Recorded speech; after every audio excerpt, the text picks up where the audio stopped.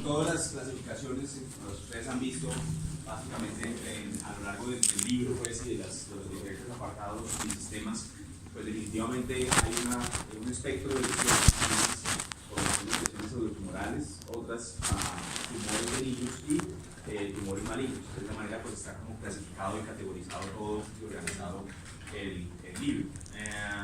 Bueno, acá de pronto el rojo no ayuda mucho, no resalta pues realmente, pero aquí lo que aquí tenemos es dos tumores benignos principales, corresponden al adenoma, pues al adenoma de células renales, ¿sí? Que también ha sido llamado papilar, de hecho, adenoma papilar de célula renal. De hecho, pues ¿te acuerdas de nuestra clase de neoplasia que yo pues, les mostré básicamente los especímenes de riñón y en el que pues, veíamos unas lesiones que eran bien delimitadas, pero que son difíciles de definir porque realmente la mayoría de los tumores renales tienden a ser muy circunscritos, es decir, no tienen tanta infiltración, por lo menos en las etapas tempranas, entonces a veces es muy difícil diferenciar una lesión benigna de una lesión maligna, sobre todo de este tipo, o sea, de las que componen las células del riñón. Las células que pues, se malignizan a nivel del riñón son las células epiteliales tubulares principalmente, ¿sí? Pueden tener otros tumores, pero principalmente de esas es que se va a dar origen a los diferentes tipos de tumores que vamos a revisar en adelante. Entonces, pues uno de ellos, entonces, como les decía, el adenoma de células renales corresponde o se constituye el 7 a 22% de las autopsias. Es decir, en general, el adenoma de células renales es un diagnóstico incidental principalmente, ¿sí? O sea, ¿por qué? Porque se dice que cualquier tumor, ¿sí? Ya que tenga unos 3 centímetros, o sea, superior a 3 centímetros, va a ser maligno, ¿sí? Principalmente. Entonces, o sea, cualquier tumor realmente que tenga más de 3 centímetros se considera que muy probablemente es un tumor que se va a comportar mal en el paciente, ¿sí? Entonces, es un punto de corte importante y pues 3 centímetros pues, realmente es una lesión muy pequeña, por lo tanto, muchas veces sí tenemos tumores menores, que incluso la mayoría van a estar hacia alrededor de medio centímetro, pues definitivamente pues, son tumores que van a pasar desapercibidos por lo que su comportamiento es totalmente benigno, no van a tener un crecimiento, van a estar estacionarios y por lo tanto generalmente si tenemos una acuciosidad en nuestro examen post-mortem, en una autopsia, pues eventualmente podemos toparnos con alguno de ellos, ¿sí? Pero definitivamente pues hacer un diagnóstico como de adenoma papilar de células renales desde el punto de vista clínico en un paciente pues está vivo, etcétera, pues es muy difícil en general porque pues entra de pronto en diagnósticos diferenciales cuando hacen imágenes al paciente por otra razón y encuentran una lesión focal, ¿sí? Que puede ser sospechosa, en ese caso le hacen una biopsia y pues definitivamente va a ser difícil incluso poder distinguir un adenoma de un carcinoma.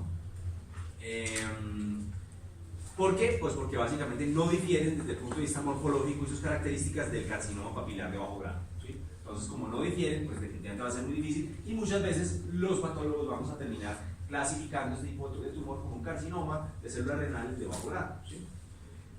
Usualmente cursan con alteraciones genéticas. Ustedes se van a dar cuenta que en el capítulo general de los tumores renales la mayoría de estos tumores tienen una relación muy específica con alteraciones cromosómicas y de hecho pues eso ha servido para la clasificación.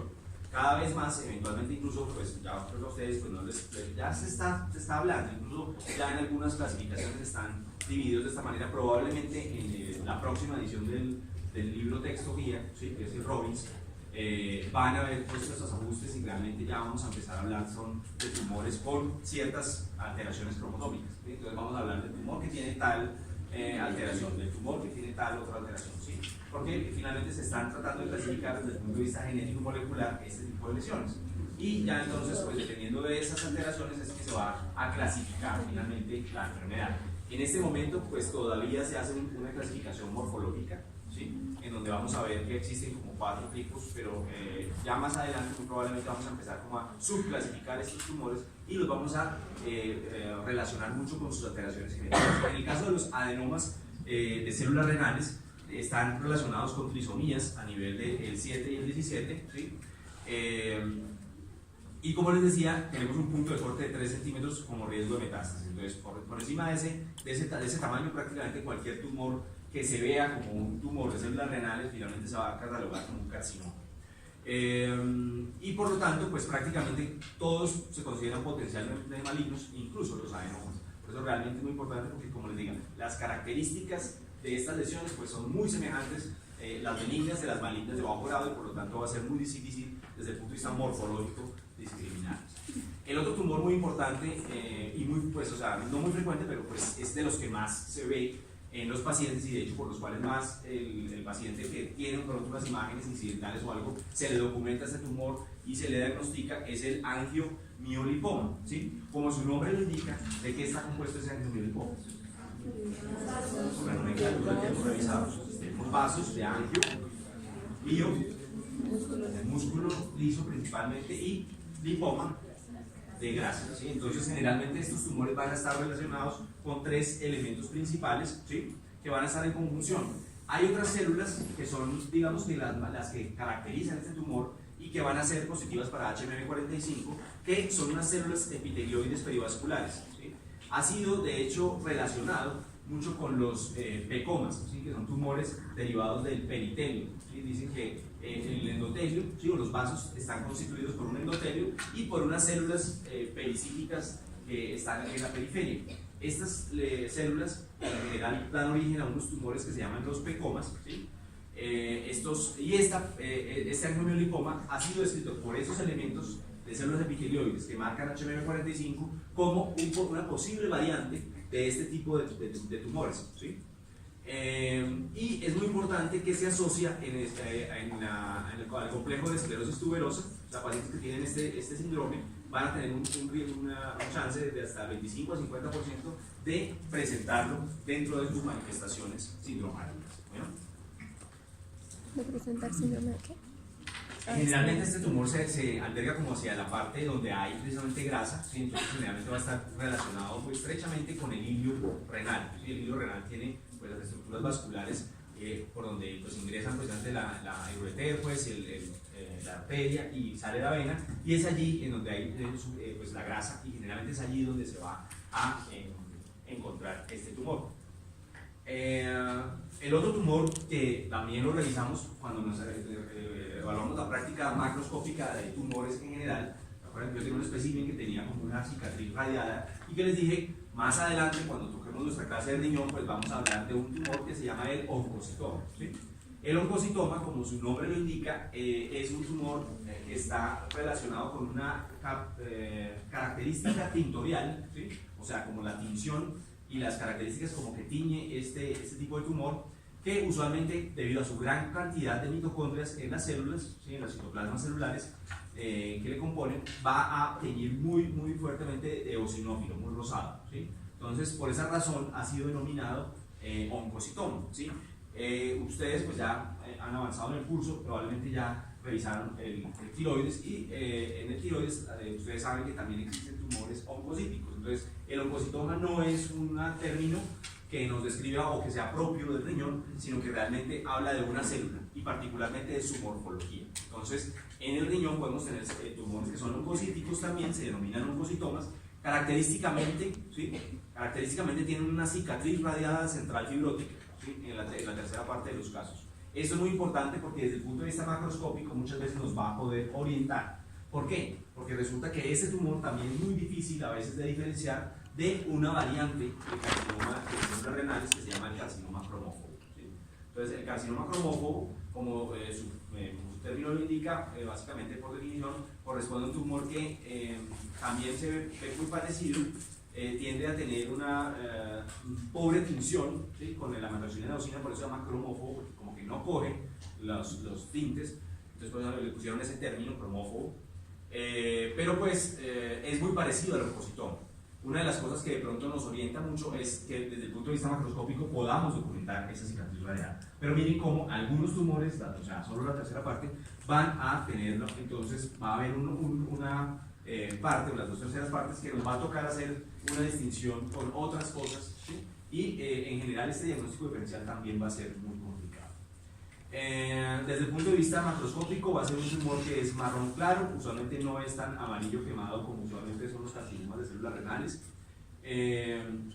y tiende a ser homogéneo y a estar bien delimitado, ¿sí? De hecho, pues creo que el espécimen que les muestro yo usualmente en la práctica macroscópica inicial de neoplasia da mucho idea de la macroscopía de este tipo de lesión. Bueno, hay algunas formas familiares que pueden ser multicéntricas, pero en general las masas que ocurren alcanzan hasta 12 centímetros de diámetro. Eso con los tumores benignos. Bueno, son tres principales, son esos. Pues, igual en el riñón, como en cualquier otro órgano, ustedes saben que pueden derivar, pueden encontrar tumores derivados del resto de células que los componen, ¿sí? No necesariamente que no quiere decir que no podamos encontrar hemangiomas, que no podamos encontrar lipomas, que no podamos encontrar otros tumores que eventualmente pueden estar, pues, por los elementos que están presentes en este órgano. Desde el punto de vista de los tumores malignos, el principal o el más importante va a corresponder al carcinoma de células renales. Como les decía, se compone de las células de los túbulos. El epitelio tubular es el que va a dar origen a las neoplasias malignas del riñón. Usualmente, pues estos son estadísticas pues, norteamericanas, ustedes saben, el 3% de los tumores malignos van a corresponder. Entonces, no es tan frecuente, es una neoplasia que no es tan frecuente, pero que ocasionalmente se puede ver. Sin embargo, cuando lo vemos, el 85% de los tumores malignos renales van a ser un carcinoma de células claras, ¿sí? Entonces, cuando veamos un tumor maligno del riñón, pues ustedes tienen que pensar en el primer más frecuente. ¿El más frecuente cuál es? El carcinoma de células renales o carcinoma de células claras. Usualmente es una entidad que se presenta en pacientes mayores, ¿sí? Usualmente no es de jóvenes. Cada vez más, pues de pronto se está viendo en unas edades un poquito más tempranas, de pronto porque se hace un diagnóstico algo más temprano, pero usualmente son viejos, o sea, son personas de sexta o séptima década de la vida los que se presentan o se manifiestan con masas a nivel renal. Tienden a ser un poquitico más frecuentes en hombres, ¿sí? Y muy importante, los factores de riesgo, ¿sí? Es muy importante el tabaquismo, ¿sí? O sea, los pacientes fumadores tienen un riesgo incrementado de desarrollar este tipo de neoplasia. Y la otra cosa es la exposición estrogénica hormonal, juega un papel muy importante en las mujeres, ¿sí? Entonces, tratamiento con estrógenos y la obesidad, que ustedes saben que de la mano de la obesidad, generalmente como las hormonas, los estrógenos y todo este tipo de hormonas son esteroideas, usualmente existe un cierto grado de hiperestrogenismo en pacientes que tienen un índice de masa corporal elevado. Otras cosas que pueden derivar en tumores son hay elementos físicos y químicos como la exposición a asbesto, a los derivados de petróleo y a los metales pesados. Y como habíamos hablado en nuestra clase de lesiones quísticas, veníamos que el riñón de diálisis, ¿cierto? El quiste o los quistes asociados a diálisis podían dar lugar a malignización y podían dar origen a una asociación con carcinoma de células renales. La esclerosis tuberosa, aunque frecuentemente lo que más desarrolla es angiomiolipomas, pues también puede propender o estar relacionada con el desarrollo de carcinoma de células renales. Usualmente la mayoría de las formas son esporádicas. ¿Qué quiere decir que son esporádicas? Que usualmente no tienen un trasfondo hereditario familiar, ¿sí? Sino que ocurren de nuevo en un paciente que pues, no tiene pues, ninguna asociación, pues, que su papá tenía también esta alteración o su mamá, etcétera. No, realmente no es de esa manera, sino usualmente se desarrolla en pacientes que pues, son susceptibles, pero se desarrolla de nuevo sin ninguna asociación. Sin embargo, existen algunas formas familiares que usualmente son autosómicas dominantes y es allí usualmente donde se presenta en unas edades un poco más tempranas, ¿sí? Entonces, ¿existe una forma familiar? Sí, existe. Usualmente está relacionada con unas alteraciones genéticas particulares y usualmente va a ser pues, más temprana su presentación por los. Estos son como las generalidades. Entonces tenemos que existen además unos síndromes. Entonces, como les decía, cada vez más estamos clasificando este tipo de tumores desde el punto de vista de su genética. Entonces tenemos uno de ellos que es el que está relacionado con el gen VHL, que es el von Hippel-Lindau. Usualmente los pacientes van a desarrollar quistes y carcinomas de células renales bilaterales si viven lo suficiente, ¿sí? Entonces, generalmente en pacientes muy ancianos que tienen este tipo de síndrome, lo más probable es que desarrollen en algún punto de su vida el carcinoma de células renales. Otro importante corresponde al síndrome de cáncer renal asociado a la hemocromatoses hereditaria. Este está ya no relacionado con el VHL, sino con el gen de fumarato hidratasa, que es el FH, ¿sí? Y usualmente va a dar origen a una variante que se llama el carcinoma papilar de células renales, ¿sí? Lo que pasa es que usualmente el carcinoma papilar tiende a ser un poquitico de mejor pronóstico que el convencional. O o sea, el carcinoma de células claras. ¿Sí? Entonces, ya ahorita vamos a mirar la clasificación, pero entonces, la más importante, VHL se asocia mucho a carcinoma de células claras, el convencional. La fumarato hidratasa generalmente se relaciona más con el carcinoma papilar. ¿Sí? Y es importante que cuando está relacionado, cuando está asociado, en general este tipo de carcinoma, que es un poco más tranquilo, tiende a ser agresivo. El otro corresponde al carcinoma papilar hereditario, que usualmente está relacionado con la activación del protoncogen-NET, ¿sí? Y es en una forma autosómica dominante, y lo que produce es un carcinoma papilar bilateral. Y finalmente tenemos el síndrome de Biddulph-Dubé, que usualmente, pues, como su nombre lo indica, las iniciales del gen van a ser BHD, y también es una forma autosómica dominante en la que vamos a encontrar no solo tumores renales, sino que va a presentarse con manifestaciones principalmente a nivel de la piel, ¿sí? Y del pulmón. Entonces vamos a tener pacientes que tienen una enfermedad quística pulmonar con bulas o quistes, y dentro de las alteraciones cutáneas que ustedes van a encontrar, principalmente vamos a observar fibromas, ¿sí? Angiofibromas, algunos tricodiscomas, y incluso en algunos casos puede haber algunas malformaciones de tipo de índole vascular, pero principalmente son lesiones fibrosas. ¿Sí?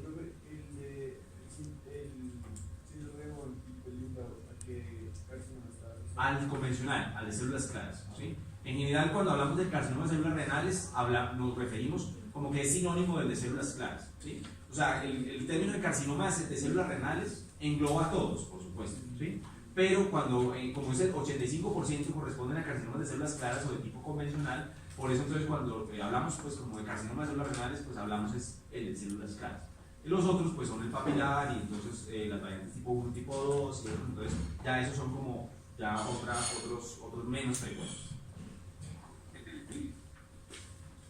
Entonces acá ya nos vamos a adentrar a pues cada uno. ¿Sí? Entonces tenemos el primero, que corresponde al carcinoma de células claras o el carcinoma convencional de células renales. Es hasta el 80% de los casos, ¿sí? O sea, es el más frecuente. Y como les decía, usualmente está relacionado con un gen que es el BHL o el gen del von Hippel-Lindau, ¿sí? Que usualmente está ubicado en el cromosoma 3, ¿sí? En el brazo corto y en la posición 25.3, ¿sí? Y usualmente lo que se ve es que hay una pérdida de algunas secuencias, ¿sí?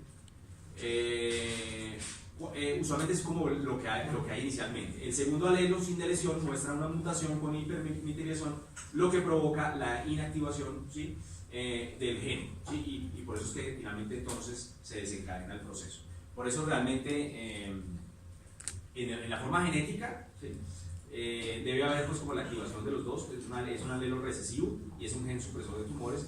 Por lo tanto, a veces hay pacientes que tienen ya como la propensión hereditaria por tener un alelo mutado, y el segundo pues usualmente lo que va a presentar es una alteración de tipo de lesión, ¿sí?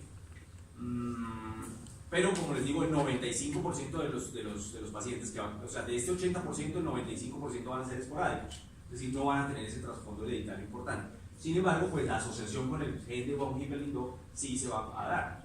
Lo que pasa es que la mutación y la alteración se va a dar de nuevo en este paciente. Y otra cosa que pues han visto dentro del proceso fisiopatológico de este tipo de tumor es que está relacionado con algunos factores como el HIF1, ¿sí? Que usualmente o sea, que generalmente se activa en el momento de que hay condiciones de hipoxia. ¿Sí? Entonces, cuando hay condiciones de hipoxia, como que esa es una sustancia que se desencadena y se desarrolla y se sintetiza en los momentos que hay hipoxia. Sin embargo, se ha visto que en este tipo de pacientes, en el tumor pacífico, en las células tumorales, principalmente va a estar permanentemente expuesto, y por lo tanto, pues se ha visto que pues, está como asociado a esta condición. La otra cosa pues es que se asocia usualmente a genes promotores de angiogénesis. Además, pues de hecho van a ser tumores muy bien y ricamente vascularizados, y a factores de crecimiento como el IHU, ¿sí? Además tenemos una reprogramación del CEMIC, lo que genera un incremento en el metabólico. Esto es como pues toda la parte de síntesis, como la parte molecular que finalmente sucede en este tipo de tumor. Pero principalmente lo importante también es que ustedes tengan en cuenta que siempre está relacionado con el gen de von Hippel-Lindau, el VHE, bien sea si tiene el síndrome o en su forma esporádica. Los otros 4 tipos principales de tumores, miren como aquí ya el tercero pues corresponde a la translocación XP11. ¿Sí? Entonces, en las nuevas clasificaciones han empezado a salir no solo la translocación XP11, sino BA11, y finalmente pues vamos a ver cada vez más como subtipos y subcategorías dependiendo de su genética y citogenética. ¿Sí? Pero, entonces como les decía, la segunda variante más importante corresponde al carcinoma papilar. ¿Sí? Usualmente van a ser de 10 a 15% de los casos. También existe una forma esporádica y otra familiar. ¿Sí? Usualmente se asocia a las trisomías 7 y 17 que hemos visto en el adenoma, ¿cierto? Y también a pérdida del cromosoma Y en algunas formas esporádicas. Las formas familiares usualmente están relacionadas más que todo con trisomías en 7 y en ese momento están usualmente asociados al NET. ¿Sí? Es como la puntuación. Habíamos dicho PHL en el papilar es muy importante el gen NET. El carcinoma cromófobo, como les decía, sus propiedades tintoriales hacen que no tiña muy bien, o sea, es como un carcinoma que se ve como pálido un poco con la matoxilina o sí. Por eso se le dio ese nombre. Tiende a ser solamente el 5% de los casos, y es el que yo les decía que tenía, o sea, hace parte del diagnóstico diferencial desde el punto de vista morfológico del oncocitoma. Usualmente las membranas citoplasmáticas van a ser prominentes y sus citoplasmas pálidos, ¿sí? Para que recuerden. Y usualmente es un tumor que se caracteriza por múltiples pérdidas cromosómicas o hipoploidías. ¿Sí? Se cree que la célula de origen es la célula intercalar principalmente y usualmente es un tumor que tiene mejor pronóstico. O sea, a pesar de que los diferenciarlo del oncocitoma, en general los dos se van a comportar bastante bien. El carcinoma de contraindicación del XP11 fue uno de los primeros que se describió ya desde el punto de vista de citogenética. ¿Sí? Entonces lo que se ve es que se presenta principalmente en pacientes jóvenes y está relacionado con el XP11, precisamente. ¿Dónde está el TF3? Usualmente lo que lo caracteriza desde el punto de vista morfológico y por lo cual finalmente llegaron a encontrarlo, ¿sí? Porque usualmente, ¿qué pasa? O sea, en general todo este tipo de enfermedades se han ido describiendo es desde la curiosidad morfológica. ¿Sí? Había un grupo de patólogos que se dedicaban mucho a la parte morfológica y a mirar los detalles de los celulares de los tumores y los fueron como clasificando. A este le dieron una subclasificación y por eso lograron finalmente decir, oiga, este tumor pues debe tener algo distinto, y por lo cual entonces finalmente pues haciéndole como estudios fue que se encontró que tenía esta alteración genética. Porque pues lo hicieron recurrente, o sea, lo vieron de una manera recurrente, que siempre que veían esa morfología pues encontraban esa translocación. Entonces empezaron como a aislar y por eso dieron, y además se presentaban siempre pacientes jóvenes, entonces lograron pues clasificar o categorizar este tipo de entidad. ¿Y qué pasa? Usualmente es un tumor que cursa con una morfología de carcinoma de células claras, ¿sí? Pero que su aspecto es papilar. Usualmente ustedes van a ver que el carcinoma de células claras es un tumor que es sólido, ya lo vamos a ver en microscopía, que usualmente no produce papilas ni nada de esto. Entonces, cuando ustedes ven un carcinoma de células claras con un componente papilar, es un paciente joven, pues hay que pensar que puede tener esa translocación, y lo que hay que hacer es sugerir la citogenética, es decir, hacerle el cariotipo a ese tumor para ver si efectivamente se trata de este tipo de lesión. Y por último tenemos el carcinoma de ductos colectores o de Bellini, se llama llamado de carcinoma de Bellini, es el 1% únicamente, ¿sí? Usualmente como los túbulos colectores están en la médula, ¿cierto? Entonces va a ser un carcinoma que se desarrolla a nivel más central, más medular, y usualmente va a estar muy relacionado o vinculado con alteraciones genéticas de tipo cromosómico también, y particularmente también mutaciones puntuales de tipo de lesión. Lo que vamos a observar en ese tipo de carcinomas usualmente es que se ve la presencia como de glándulas embebidas en una matriz colágena muy densa, ¿sí? De fibrosis. Usualmente pues, es un tumor que está relacionado a veces con pacientes que tienen un rasgo carcinoma. Aquí está más o menos cuál es la macroscopía. Mañana,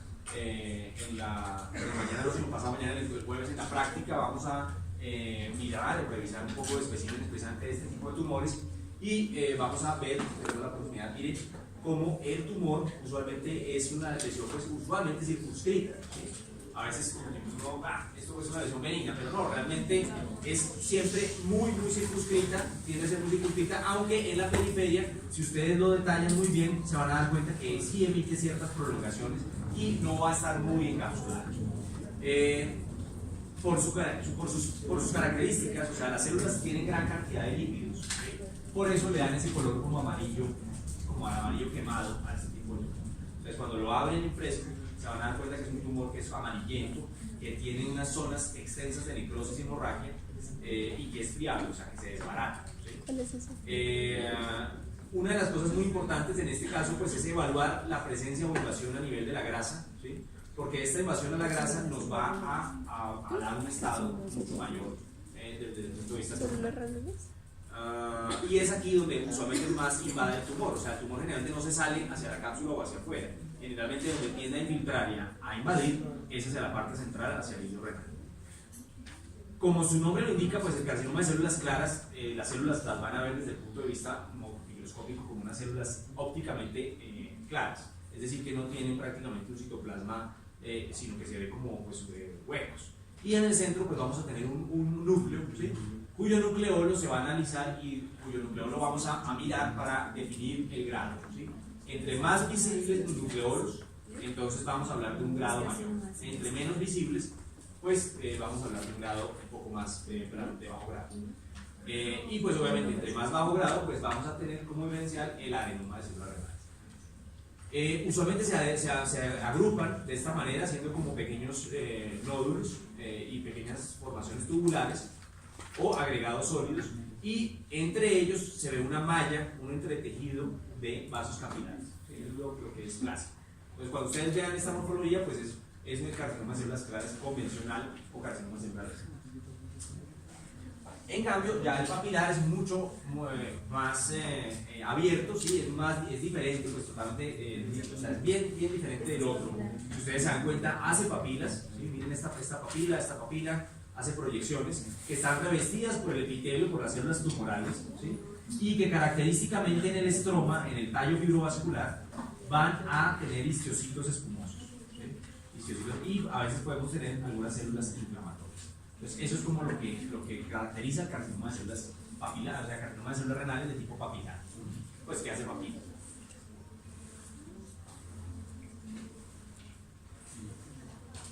El cromófobo, ¿sí?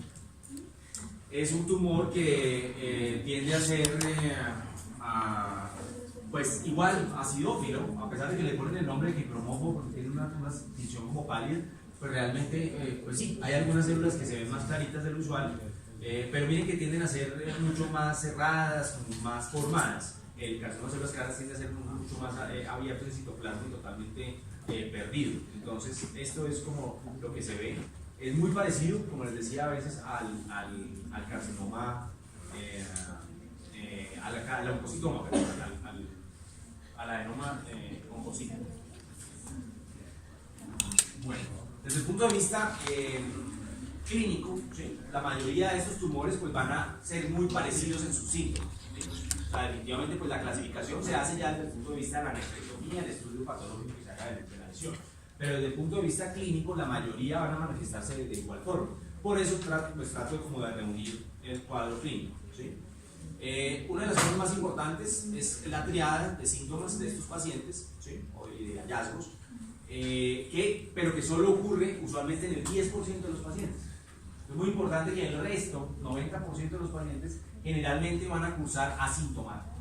Y esto es lo que hace que este tipo de lesiones pues, sean muy agresivas, y es que pues, básicamente nunca se van a diagnosticar de una manera temprana porque el paciente no tiene mayor cosa, o sea, no tiene ningún hallazgo positivo que lo haga pensar que tiene una masa en el riñón, ¿sí? Entonces, en el 90% de los casos, o sea, realmente es muy frecuente que no sepamos qué está pasando con el paciente, sino ya en una fase muy tardía. Pero la triada, que pues, o sea, si un paciente tiene la fortuna pues, de tenerla, pues para se manifiesta y finalmente pues entonces le hace tratamiento, es la triada de dolor postovertebral, ¿sí? Masa palpable, a veces ya se alcanza a sentir la masa, si ustedes examinan muy bien su paciente, y va a haber también hematuria, ¿sí? La hematuria pues a veces va a ser franca macroscópica, y en otros casos simple y llanamente va a ser un hallazgo incidental también de prueba de laboratorio. Usualmente la hematuria tiende a ser intermitente y microscópica en algunos casos, ¿sí? Y solo cuando supera 10 centímetros el tumor, ¿sí?, de diámetro, es que va a empezar a ser, pues ya, o sea, se va a hacer manifiesto este tumor, ¿sí? Entonces, por esa razón es que el tumor ya ha ganado demasiado tamaño cuando usualmente da síntomas. Tiende a ser silencioso y a presentarse con síntomas constitucionales, es decir, pérdida de peso, fiebre, como malestar general. El paciente pues no tiene un cuadro clínico muy preciso y por lo tanto pues se pierde el diagnóstico temprano. Muy parecido a lo que sucede con el carcinoma pulmonar.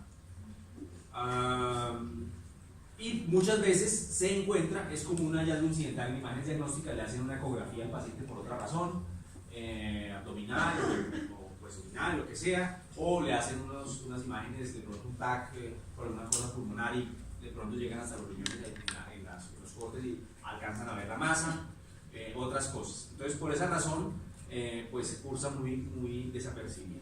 La otra cosa que es muy importante con este tipo de carcinomas es que tiende a ser simulador, es decir, a manifestarse con síndromes paraneoplásticos, ¿sí?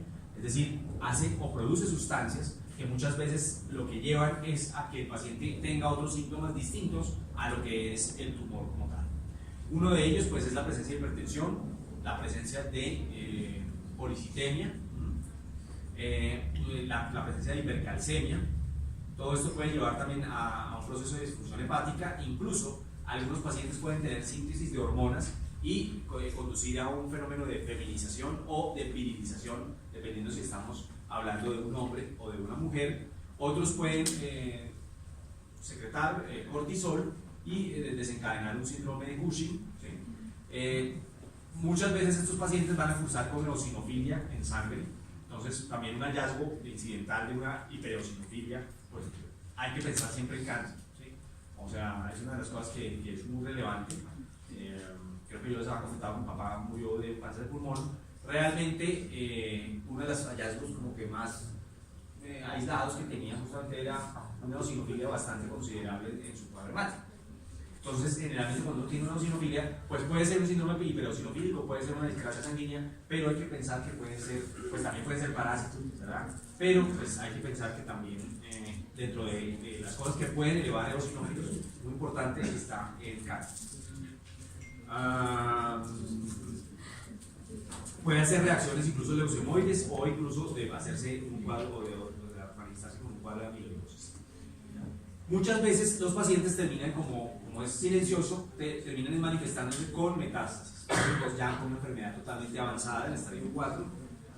Usualmente 25% de pacientes van a presentar, imagínense, una cuarta parte de estos pacientes van a presentar ya metástasis a nivel del pulmón o del hueso, también a los ganglios linfáticos, el hígado, la glándula suprarrenal o el cerebro, pero principalmente viaja inicialmente a pulmón y a hueso. Es muy importante que es un tumor, como les decía, de pocos síntomas.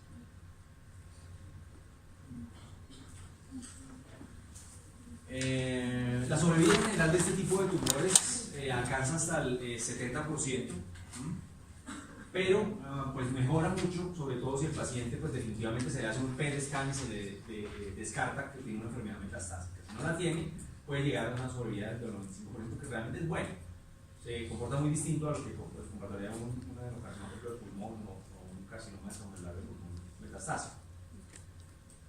Una de las cosas importantes es que también desarrolla un proceso de invasión de la vena renal y la grasa perineal hasta el 60% de los casos, y lo que generalmente se está acostumbrando es a hacer nefrectomías radicales. En nuestro medio todavía se siguen haciendo nefrectomías radicales, es decir, se le quita el riñón al paciente.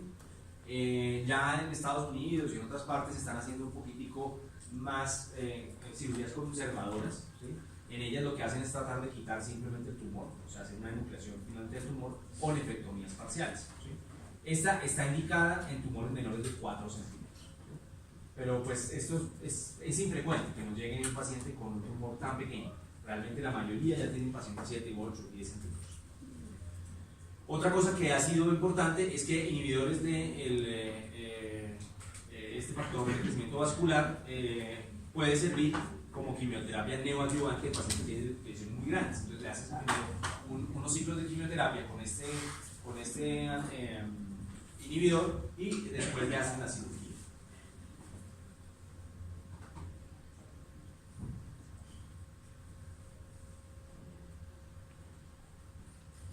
Eso con respecto a los carcinomas de células renales, o sea, de las células tubulares.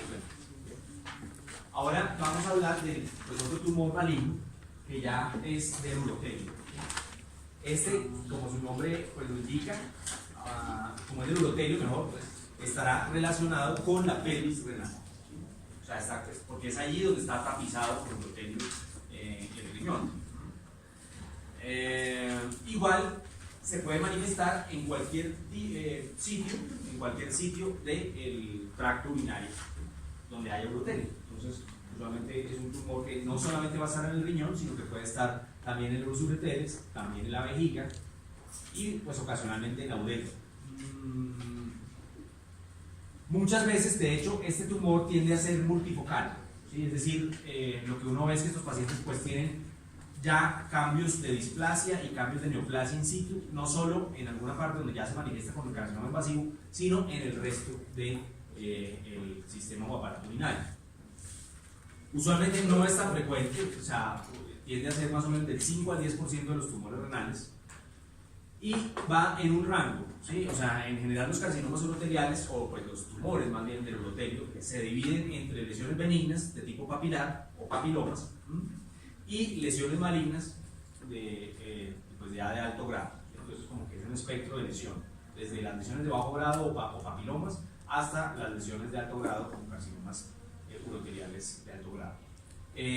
También pues son llamados carcinomas transicionales, aunque tal vez se está tratando de abandonar ese término, y usualmente ya lo que se los porque antes ustedes saben que el epitelio que reviste la vejiga o que tapiza el sistema urinario es un epitelio transicional que tiende a ser estratificado cuando pues, el órgano está recogido, pero cuando se dilata solamente tiene que aclararse, y por lo tanto pues como que le decían un epitelio transicional, pero realmente pues ahora se le denomina más urotelio. ¿Qué pasa? Usualmente este tipo de tumores va a manifestarse un poco más temprano que usualmente el carcinoma de células renales, por lo que está presente en un sitio en donde si se desprende una papila o si se desprende parte del tumor, pues va a haber sangrado, ¿sí? Y entonces esto nos puede hacer que el paciente se manifieste con hematuria de manera temprana. La otra cosa que podemos observar en estos pacientes pues es nuevamente dolor a nivel costovertebral en el costado o en el flanco, y la presencia de hidronefrosis. Como les decía, pues la multifocalidad definitivamente en este tipo de lesiones es frecuente, por lo tanto, usualmente cuando a un paciente se le diagnostica este tipo de neoplasia, usualmente terminan haciéndole el tratamiento a la lesión pues ya invasiva o lo que sea, y debe seguir en controles permanentes, porque en cualquier momento de otra de las lesiones que tienen displasia o que tienen una lesión in situ puede desarrollarse otro tumor y por lo tanto pues debe ser manejado. Por eso entonces, usualmente a estos pacientes ustedes van a ver que finalmente los siguen en controles muy periódicos con citologías urinarias, con citologías de barbotaje u otras cosas. Y por eso entonces venimos desde focos de atipia o carcinoma in situ hasta pues, las lesiones invasivas. Importante que hay una asociación importante con los síndromes el síndrome de Lynch, que ustedes saben cuál es. Sí.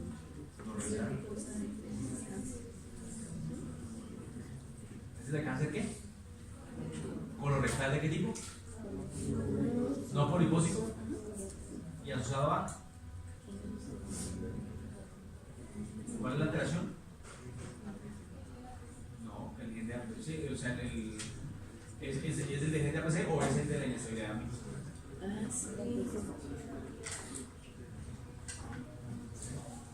Entonces, para que lo recuerden, el síndrome de Lynch. Y la otra cosa es la nefropatía por analgesia. O sea, ambas cosas pueden derivar en la presencia de un carcinoma uroteliano.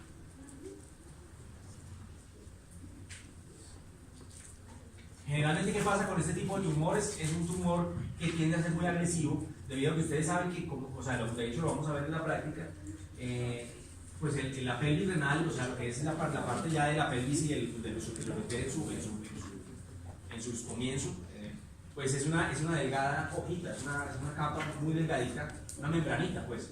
Esa membranita es muy delgada y por lo tanto cuando el tumor crece, pues rápidamente infiltra esa membrana, la atraviesa y se disemina. Por eso entonces tienden a ser bastante agresivos y por lo tanto van a tener mal pronóstico por esa invasión muy temprana. La sobrevida usualmente es del 50%, pues dice que al 100%, sobre todo en los casos de bajo grado. ¿Sí? O sea, cuando tenemos un neoplano en el brazo lateral de bajo grado, el paciente generalmente vive tranquilo. Pero cuando tiene pues, definitivamente una lesión de alto grado, pues baja mucho y finalmente termina siendo hasta el 10%. Entonces es un tumor que realmente es agresivo. Es infrecuente, pero es agresivo. Y también se ve muy vinculado con el tabaco. Hasta ahí preguntas. Pues ahí ya cerramos como el capítulo del riñón en cuanto a las lesiones tumorales. Y vamos a hablar un poquito del tracto urinario bajo. El tracto urinario bajo, vamos a hablar un poquito entonces rápidamente como de lesiones como inflamatorias, algunas congénitas, malformación y finalmente vamos a hablar de los tumores.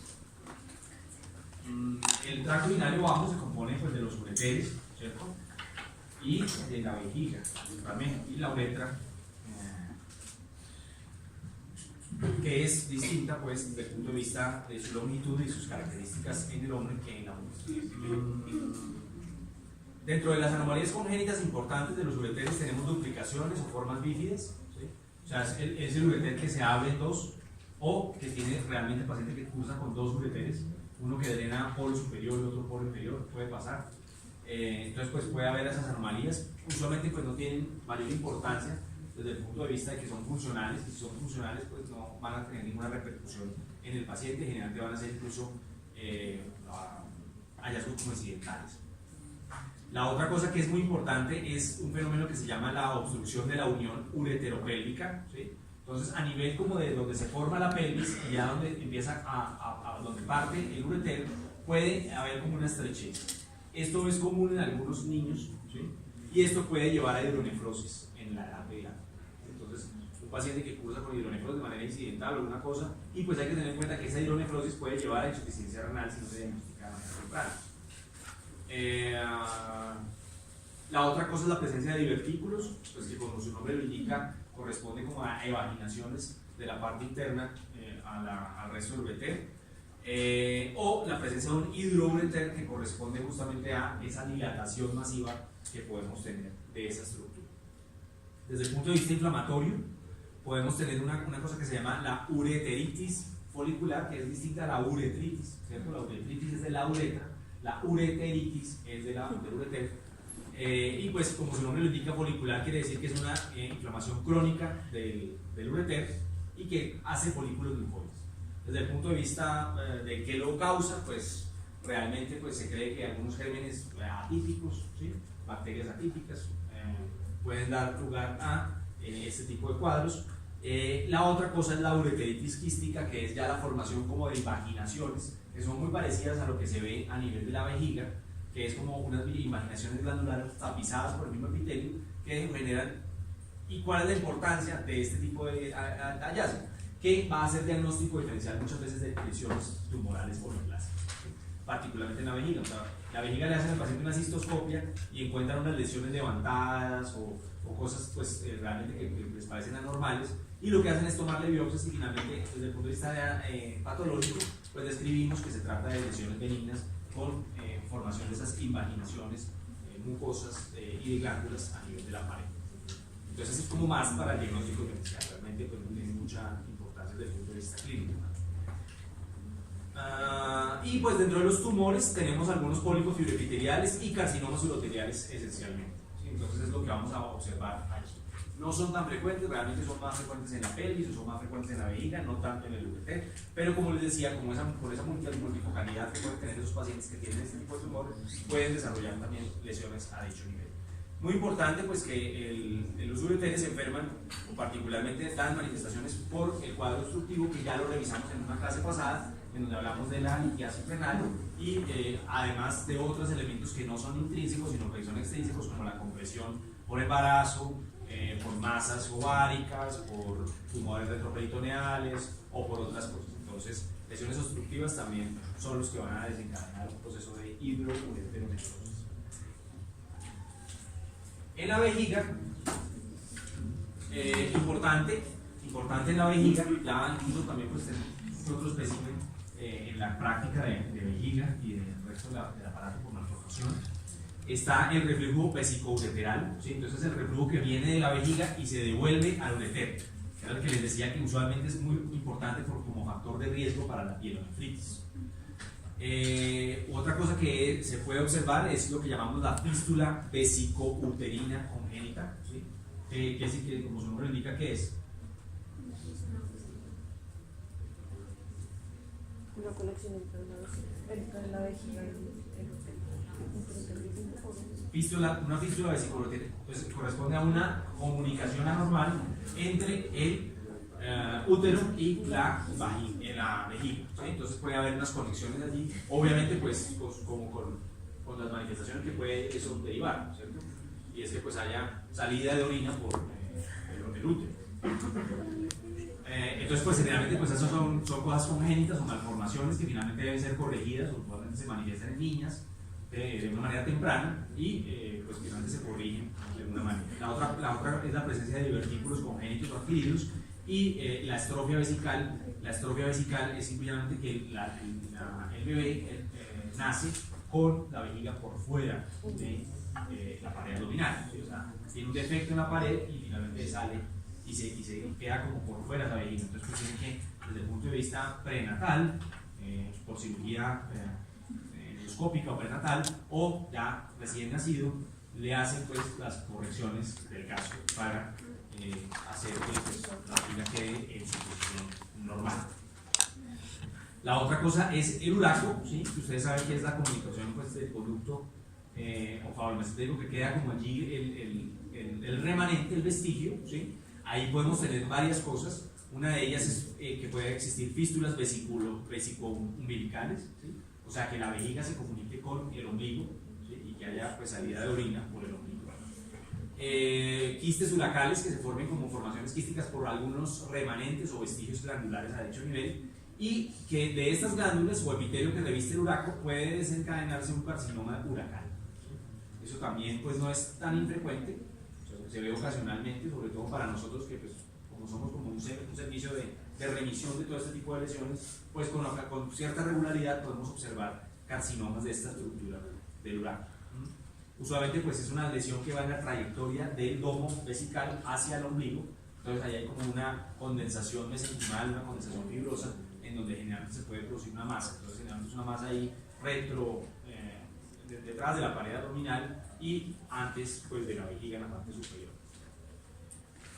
Son a veces agresivos, ¿sí? Son pues, masas que probablemente pues, el paciente va a ser palpable y entonces pues, finalmente se van a manifestar de una manera.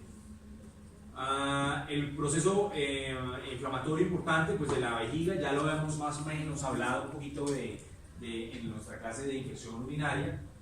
Habíamos dicho que existe la forma de cistitis. La cistitis es la inflamación de la vejiga, puede ser desde el punto de vista infeccioso, pero también pueden ser reactivas, ¿sí? Por otras causas, entonces ya vamos a mirar las otras causas.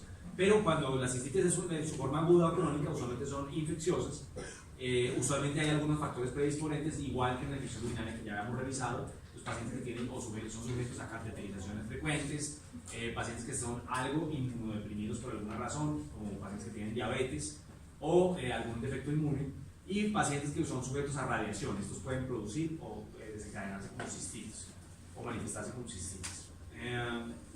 La otra es el cuadro de cistitis hemorrágica. Usualmente la cistitis hemorrágica se manifiesta o es una complicación de algunas terapias medicamentosas. Pacientes que son manejados con ciclostáticos, tales como ciclofosfamida, ¿sí? Pueden producir como una complicación grave la presencia de cistitis hemorrágica. La presencia de cistitis folicular muy parecida a lo que corresponde a la ureteritis folicular, y la cistitis eosinofílica, que usualmente está vinculada con parásitos. Importante pues que algunos parásitos pueden desencadenar malignidad en la vejiga, ya lo vamos a mirar. Y pues usualmente cómo se va a manifestar la cistitis, usualmente son pacientes que se manifiestan que tienen factores de riesgo, ya hemos dicho que usualmente es más frecuente en mujeres, puede ser lo que llaman pues, o sea, la cistitis relacionada con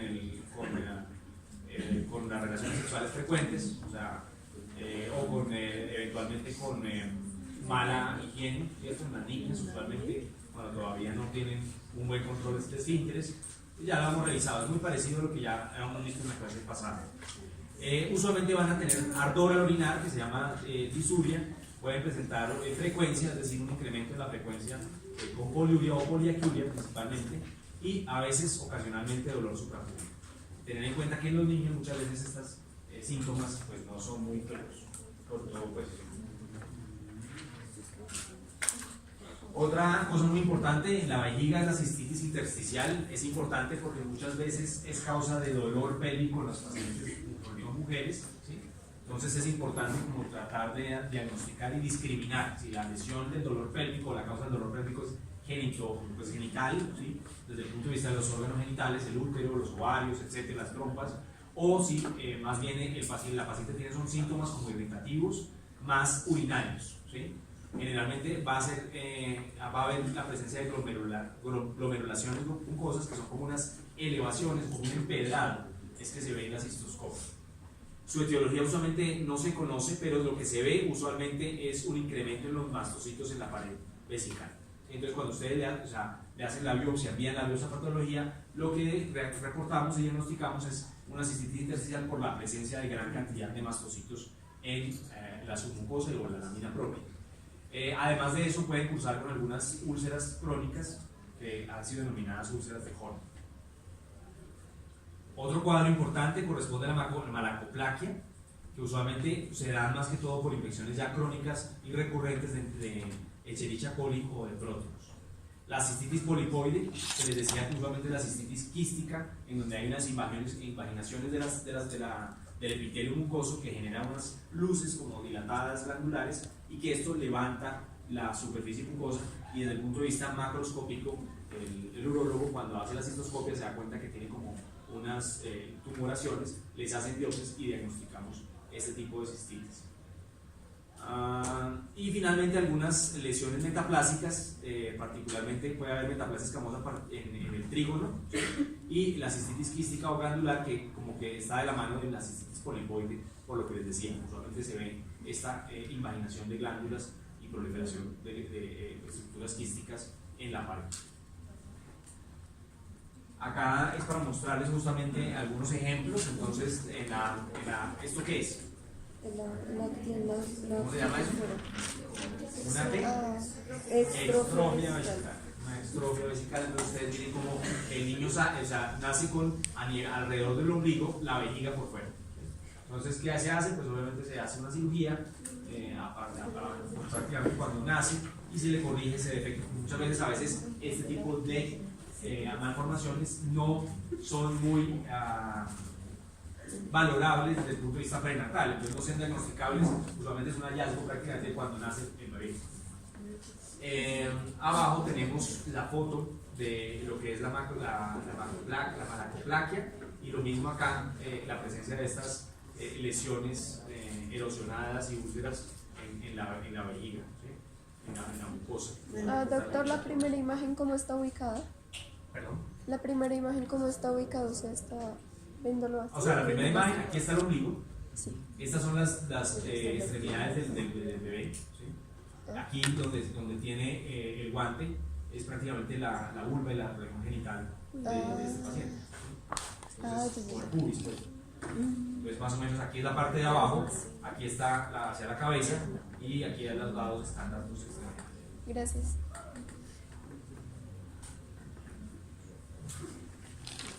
Bueno, prácticamente ya estamos terminando. Hablamos ya de las neoplasias como uroteliales, ¿sí?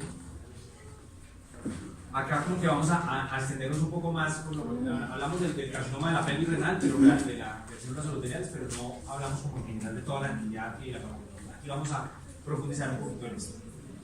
Las neoplasias uroteliales corresponden al 7% del cáncer, entonces un poquitico más frecuentes que los carcinomas renales, ¿sí? Ya hemos dicho que eran 3%, pero tienen un 3% de mortalidad. Estos pues son datos nuevamente norteamericanos.